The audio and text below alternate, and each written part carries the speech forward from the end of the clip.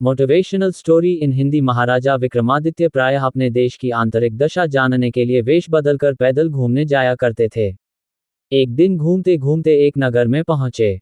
वहां का रास्ता उन्हें मालूम ना था। राजा रास्ता पूछने के लिए किसी व्यक्ति की तलाश में आगे बढ़े। आगे उन्हें एक हवलदार सरकारी वर्दी पहने हुए दिखा। राजा ने उसके पास जाकर पूछा, महाशय अमुक स्थान जाने का रास्ता क्या है, कृपया बताएं। हवलदार में अकड़कर कहा, मूर्ख तू देखता नहीं, मैं हाकिम हूं, मेरा काम रास्ता बताना नहीं है, चल हर किसी दूसरे से पूछ। राजा ने नम्रता से पूछा, महोदय, यदि सरकारी आदमी भी किसी यात्री को रास्ता बता दे तो कोई हर्ज तो नहीं है।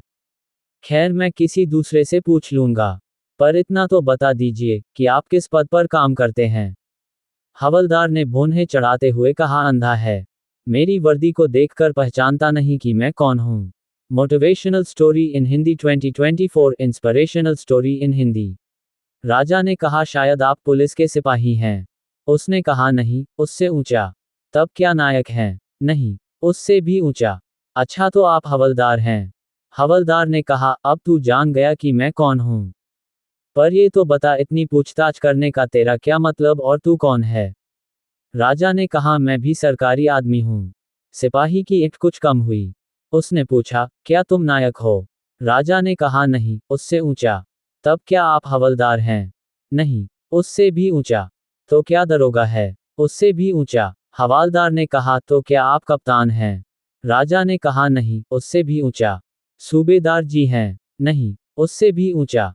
अब तो हवलदार घबराने लगा। उसने पूछा, तब आप मंत्री जी हैं? राजा ने कहा, भाई, बस एक सीढ़ी और बाकी रह गई है। सिपाही ने गौर से देखा तो शादी पोशाक में महाराजा विक्रमादित्य सामने खड़े हैं।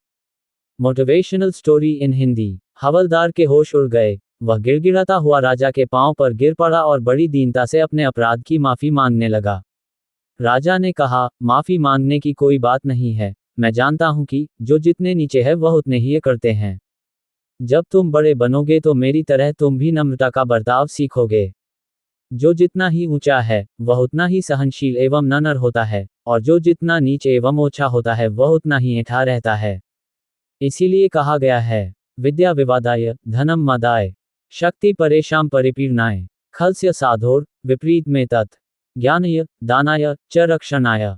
अर्थात दुष्ट व्यक्ति के पास विद्या हो तो वह विवाद करता है, धन हो तो घमंड करता है, और यदि शक्ति हो तो दूसरों को परेशान करता है।